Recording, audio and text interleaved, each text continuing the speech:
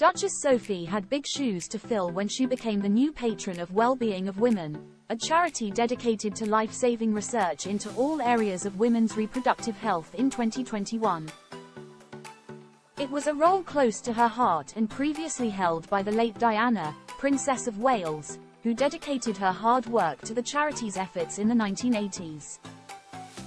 The charity hopes to amplify all areas of women's reproductive health across a woman's life course, from menstrual health to menopause. When Sophie, Duchess of Edinburgh's patronage commenced, she joined a conversation with the charity chair, Dame Leslie Regan DBE, raising that hidden women's health issues such as period problems and the menopause must be brought out into the open. During the meeting, Duchess Sophie was not afraid to talk about these health messages with a cutting four-worded response: "Time to say enough." The royal further added, "We all talk about having babies, but nobody talks about their periods. Nobody talks about the menopause. Why not? It's something that's incredibly normal."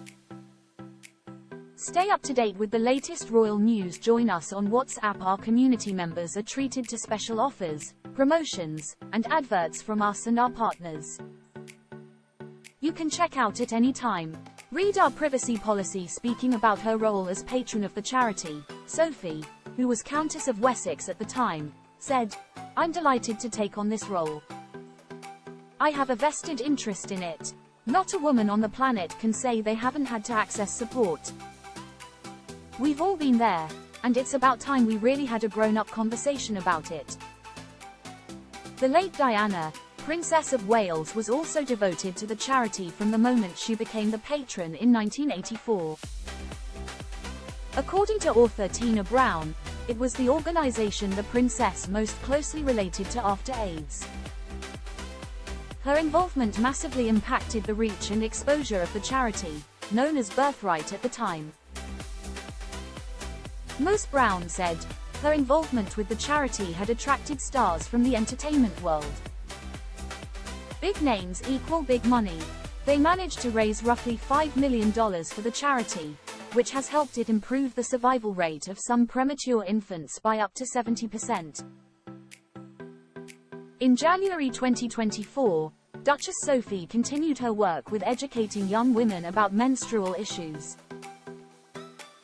She spoke about the worst part of heavy periods at a female-led workshop in East Dulwich at Harris Girls Academy. The event was run by Wellbeing of Women, and during an important discussion, Sophie led the conversation and highlighted how periods affect some women. According to a social media post on X by the Daily Mail's royal correspondent Rebecca English, Sophie started an important discussion.